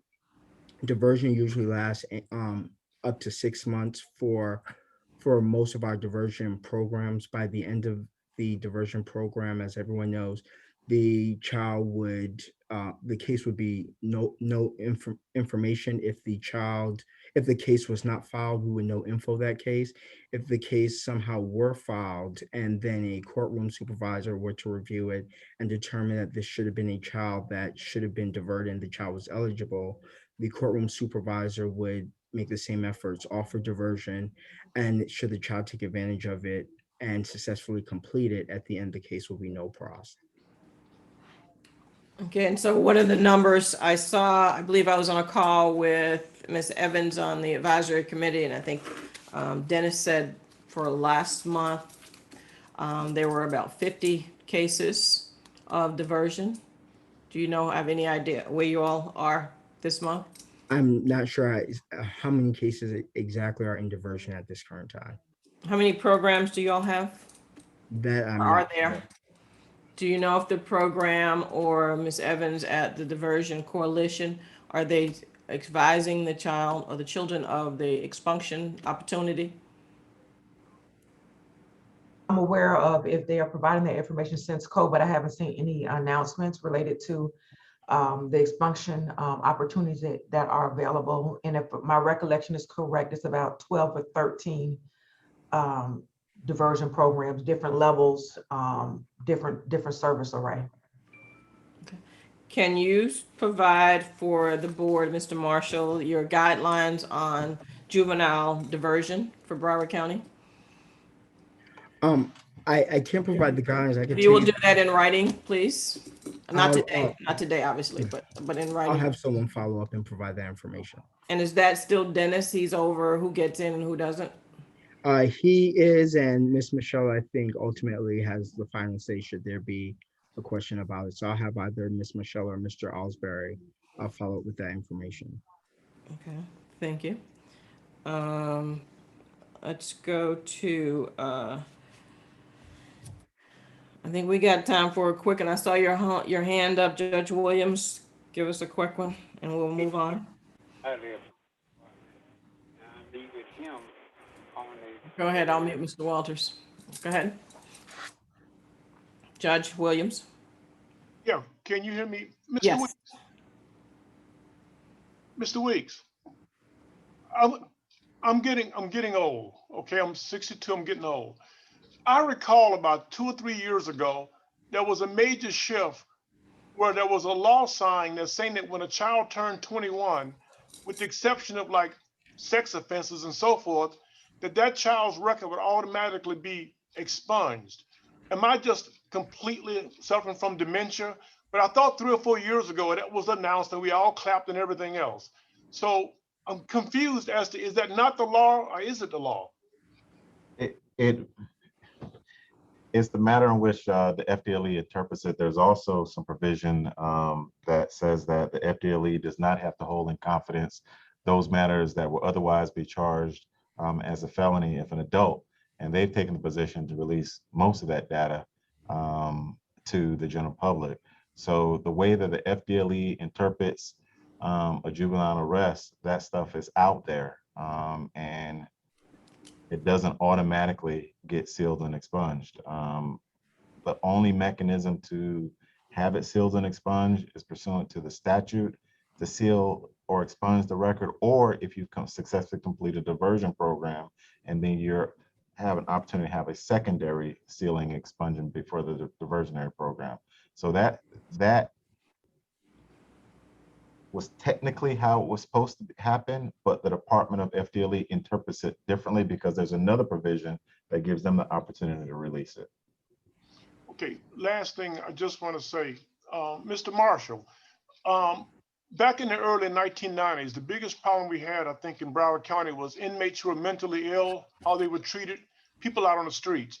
So the Mental Health Alliance put together a program with me, and basically I taught everybody at BSO, they had mandatory, and I began to take the dog and pony show on the road to all the other departments. They would even come to, to Broward County, the sheriff's office. Marshall, when you go out there, just taking Michelle and Lewis and you does no good. You're gonna need to take like Miss Evans and her office. You guys need to just put together a dog and pony show. Colonel Holmes, have every single member of that department sign off having to attend that program. You bring them in like 30 or 40 at a time, and you give them this dog and pony show, which gives you a chance, Evans, to teach them how to treat children. It gives you an opportunity, forget about citations and diversion, that's nice. But the overall talk about how do you talk with our kids? How do you handle our kids? How do you deal with our kids? And the way I did when I handled those mental health cases, and Cochran really told me, Sheriff Cochran, it turned around how the county deals with, how the county dealt with people that have mental ill problems. So again, guys, Marshall, you gotta make it more than just you and Michelle and Lewis talking to bigwigs. Bigwigs don't do you any good. It's the average man on the street you wanna get to. Judge, I talk to men on the street all the time, men and women, children on the street, and do firsthand. That's why I disagree with what you said earlier, because that don't really work when we're out here in the real. That works in books, but that don't really work out here on the street with folk. Miss Evans, you have your hand up. I'm sorry. Is it still up? My apologies, Madam Chair. I didn't lower it. Well, since your hand is up, let's talk about COVID and the Broward Juvenile Detention Center. Sure thing. And I just say, Mr. Marshall, I did send the current diversion guidelines to Madam Chair while we were waiting. I had those handy. Thank you. You're welcome. The last COVID update that was completed statewide was the one that I presented at the June CAB meeting as of 6/8, but I did reach out to the superintendent. I found him in witness protection, Madam Chair. Okay, good. He is safe. He is safe. Okay, glad to hear it. Glad to hear it. There are no youth who are currently positive in the facility, nor is the facility under any form of quarantine. The current detention population is, as of today at about 9:30, was 27 youth, 24 of them being male, three of them being female. And the Juvenile Assessment Center numbers for the month of June, there were 95 admissions. And of those 95 admissions, the youngest offender was the age of 12. It was 3 of those, but there were none younger than that who had been presented for screening. And I can confirm that all of the youth who are 12 years old, we are reviewing all of those cases to look at the family needs to prevent further system penetration. Okay. Mr. Watkins, what say your teachers that are out there? So the teachers that are there, as far as the mask you're asking, are they? Anything you could share with us, anything they've experienced since they've been allowed back into or if they are back into the detention center? Yes, they're back in the detention center. So far, it's been going pretty smooth. They actually had a student who graduated this week while they were there. So we were, able to help them complete their diploma. But they are bringing the kids out. The kids are getting their education right now. We've been working closely with them to make sure that, we continue to follow school district policy regarding the CDC protocol. So they are expected to still wear their mask, both the students and the staff, when they're with the youth in education. Okay, are you all in the mods, or are they in your facility that's out there, the portables that are out there? They're out in the portables now. Okay, good deal. Thank you. Mr. Weeks, what's the experience? Are your attorneys back? Are they still doing virtual, or what's going on? Courts are still virtual. Hearings are still taking place virtually. However, trials are evidentiary type hearings where trials are going to be taking place in person. The attorneys are back. I'm making a surprise visit. I don't want to announce when, but I'll be going out very shortly to just pop in to see how the children are doing. I do want to report that I did attend Baker Act hearings, as I told you I would. I did this morning, and let me tell you, is an emotional experience, incredibly sad. But we'll get into that on another date. I will visit the detention center, and I'll report back to you my findings. We also, Madam Chair, if we could have an opportunity to reconvene our detention center work group to start working towards this year's legislative plan now that we have a report. Thank you. Absolutely.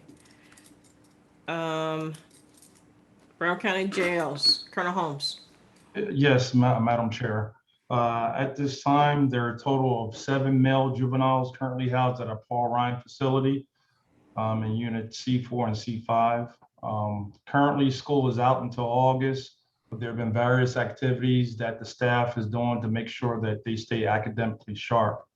The teachers are slated to return back into the facility beginning of August. And right now, we have 2 behavioral specialists that come in to counsel the youth on a daily basis. Currently, none of the juveniles have tested positive for COVID-19. However, 3 staff members have tested positive for COVID-19, and the unit is being cleaned daily. They're making sure that they're careful with that. And the temperature checks have started on the juveniles daily, and we will be monitored closely at this time. Okay, so you said they were doing virtual, but now they're out for the summer? Correct. They'll be back on August. If a kid wanted to do summer school, I think I saw somewhere that there were thousands of children who were doing summer school. Is that an option? I will have to look into that with DOD. I don't see why that wouldn't be an option if the regular student population is allowed to do that. But I check in and I have word for you. I'll let you know.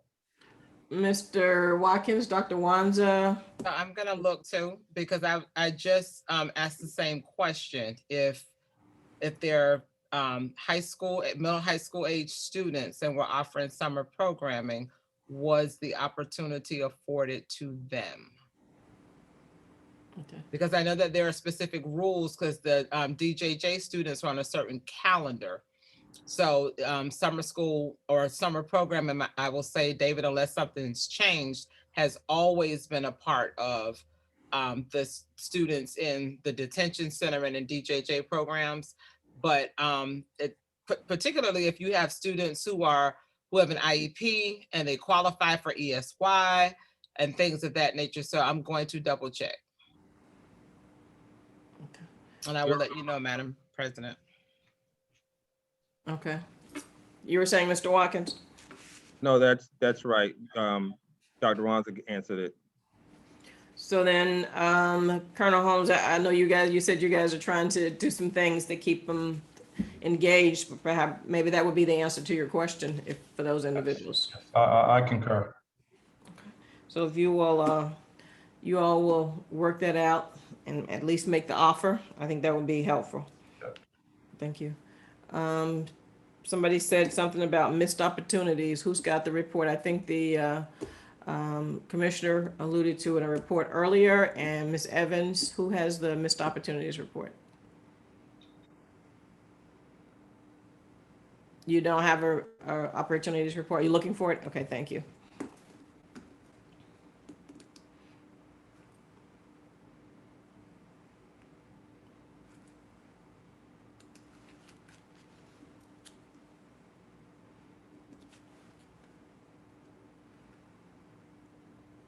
And while she's doing that, let's talk a little bit about the JAC tour that we took. Mr. Weeks, Judge Holmes, Ms. Phillips.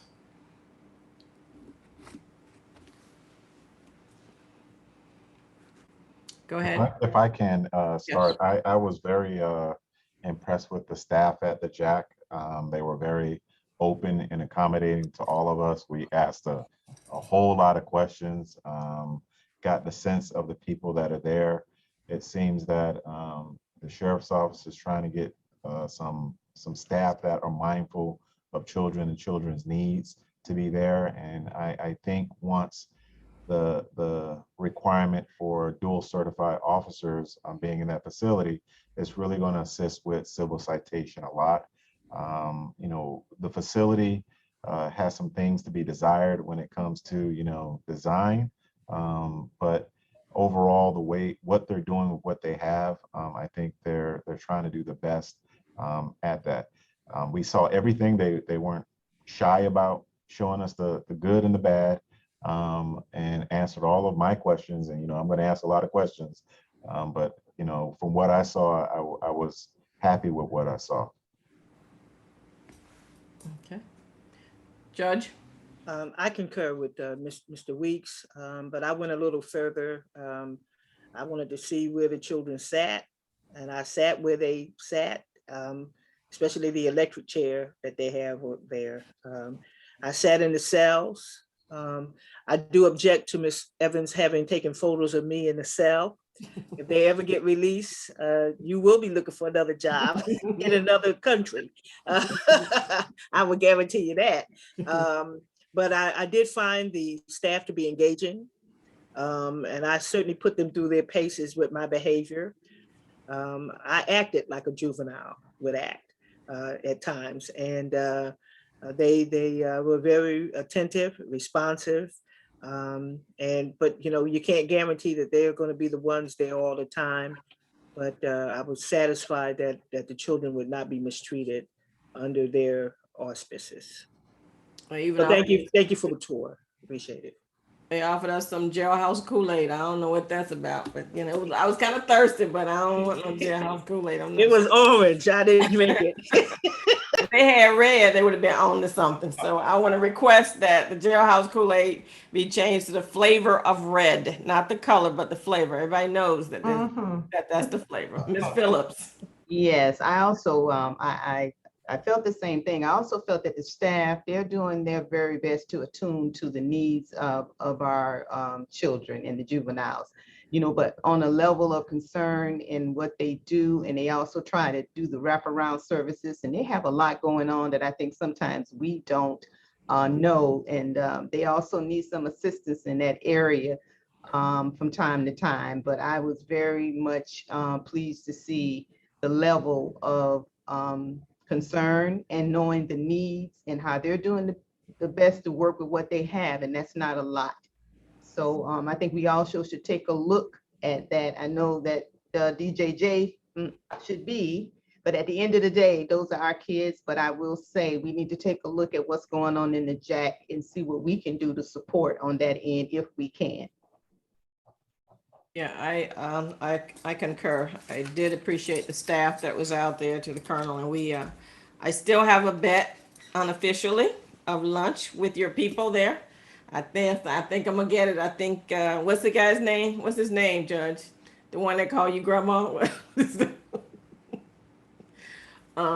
Yeah, I think we're gonna get that, but I would that's the bet I would happily lose because I want us to do the best thing, and I want there to be a stopgap there, and I want folk that really want to do right by our kids. And I was glad that if Colonel, if you couldn't make it, that you sent those guys to really understand, and then they were able to repeat back to us what their understanding was, and have a conversation. So I thought that was certainly timely.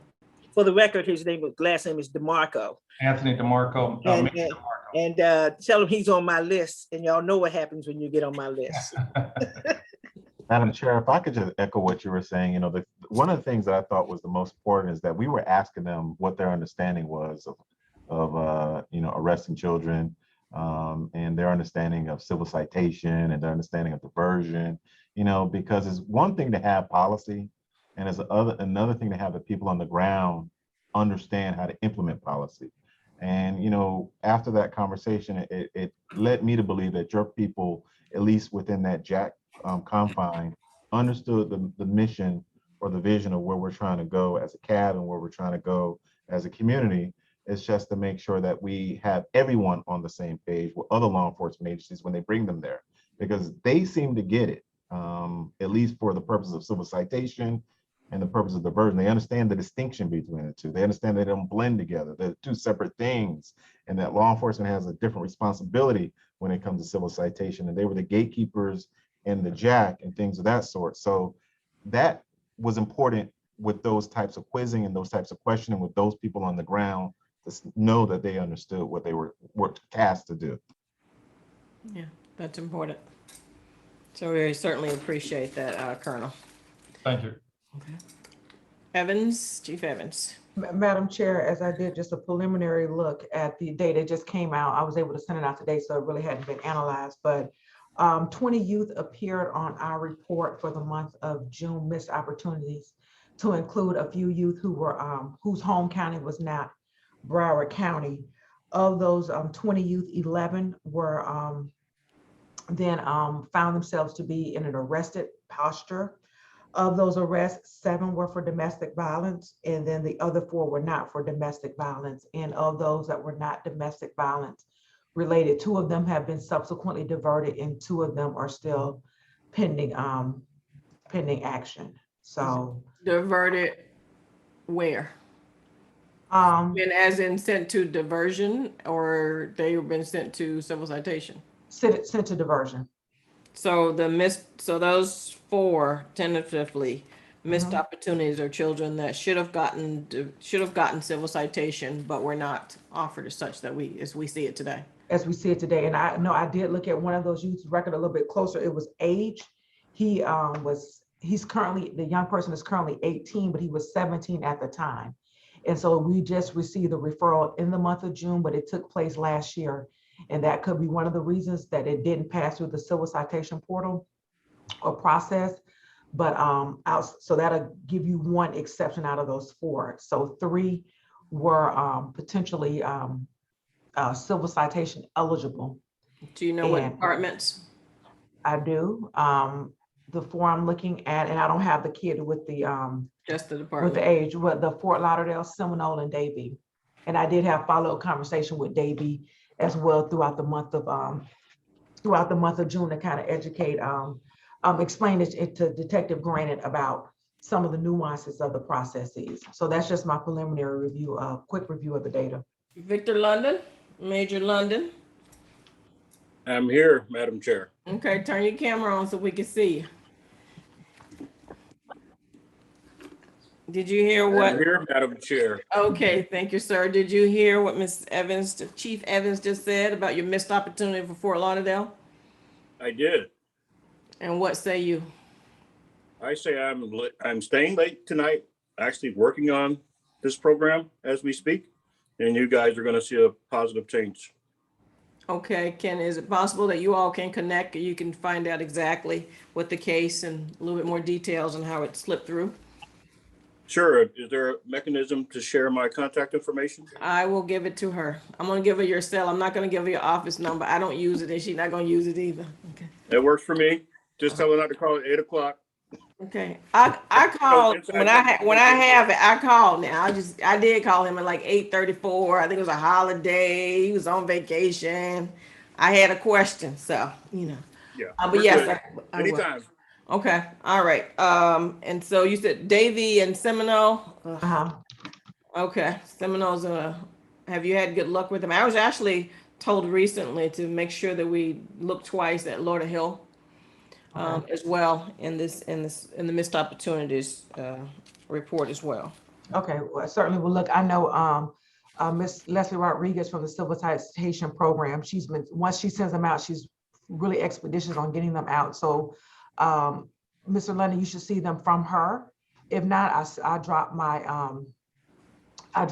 contact information. I can send that to you directly in the process along the way. But I will continue to keep an eye out for Lauderhill as well, Madam Chair. Thank you so much. All righty. Is there anything else for the good of the order? We are going to send out the other documents for prior approval before our next meeting. And so you can take a look at those and be ready to comment. In the meantime, if you see something in there that concerns you, please feel free to respond. You don't have to wait until we get to the meeting in order to do that. So anything else that we need to discuss? Anything? Yes, Judge Williams. Yeah, I want to tell you guys, this likely will be my last Juvenile Justice Board meeting. And I want to just tell you guys, it's really been an honor and a privilege to have worked with you. But essentially, it's my time to go now. I've got some medical issues. And I'll be very blunt. I have worked like the last 471 days straight. I even work Saturdays and Sundays until midnight, working on mental health issues with juveniles.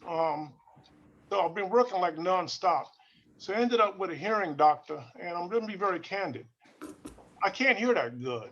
So I'm missing 70% of the alphabet, and the doctors say I don't have hearing in 40% of my ears each ear.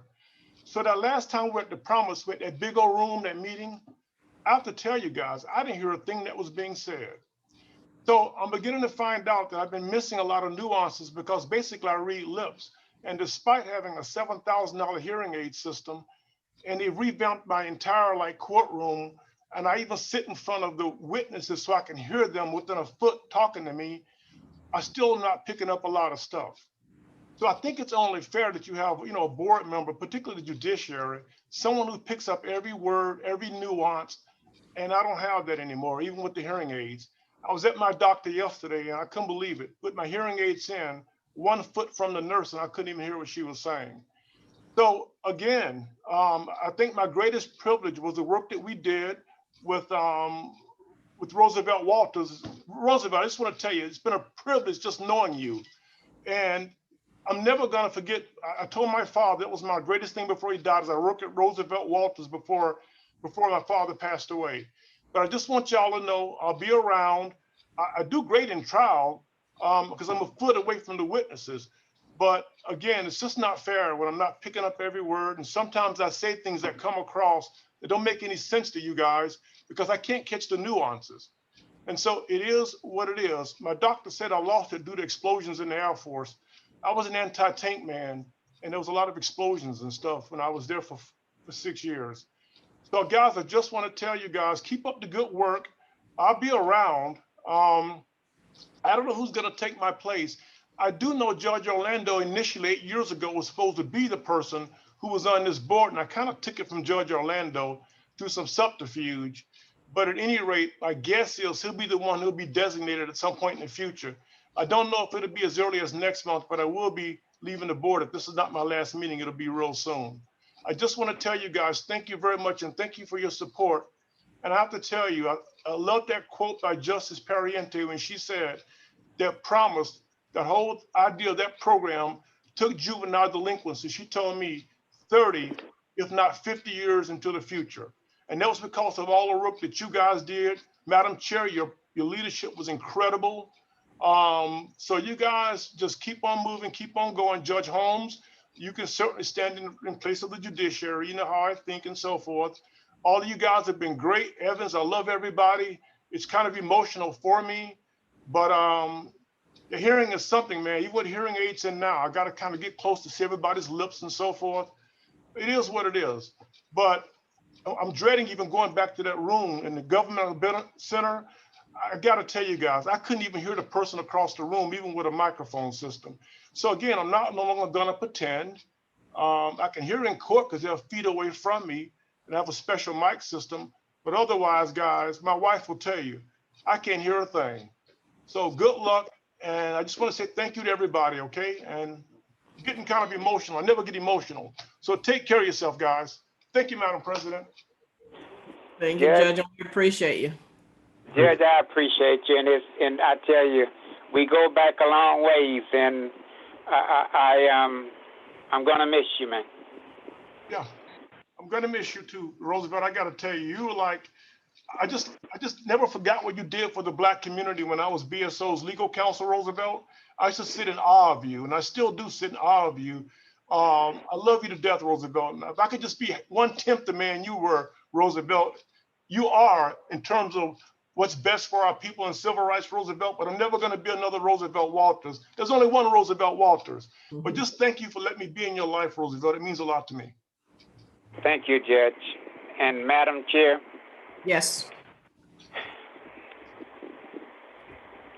Go right ahead. This is a sad day for this committee.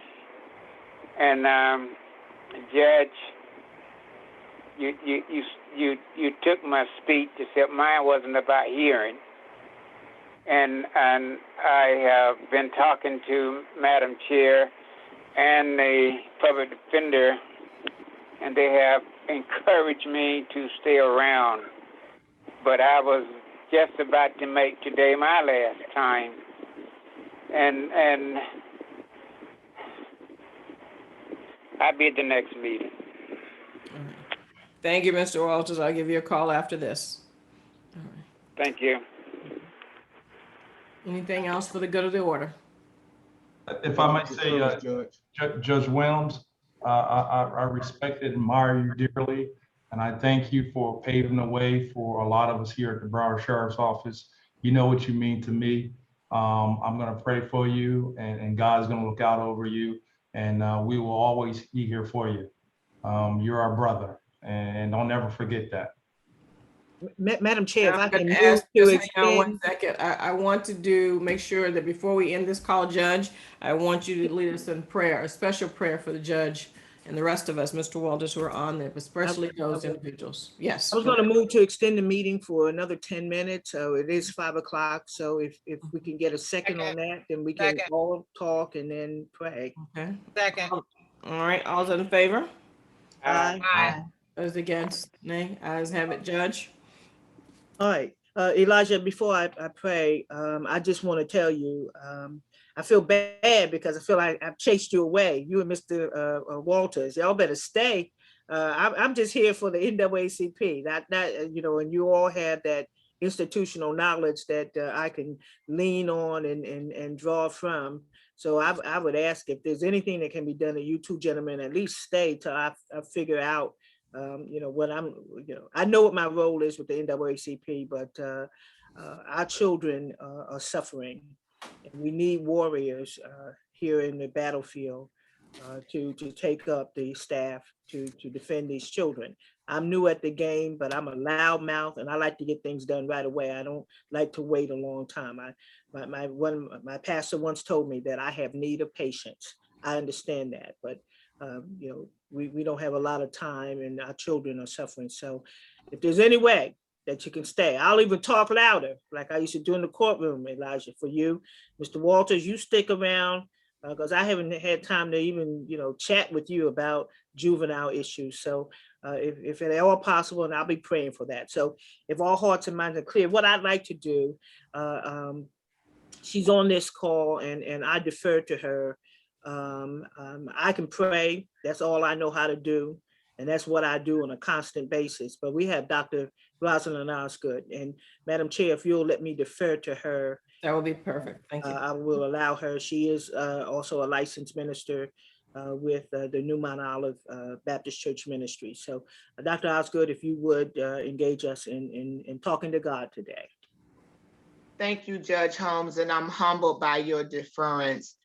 And before I pray, we need to all pause in a moment to reflect. If we don't take care of self to address the issues that we have physically and mentally, we will not be able to continue to do this work. We must prioritize our own well-being. Thank you, Judge Williams, for your transparency today. And thank you for check making all of us in the game of basketball.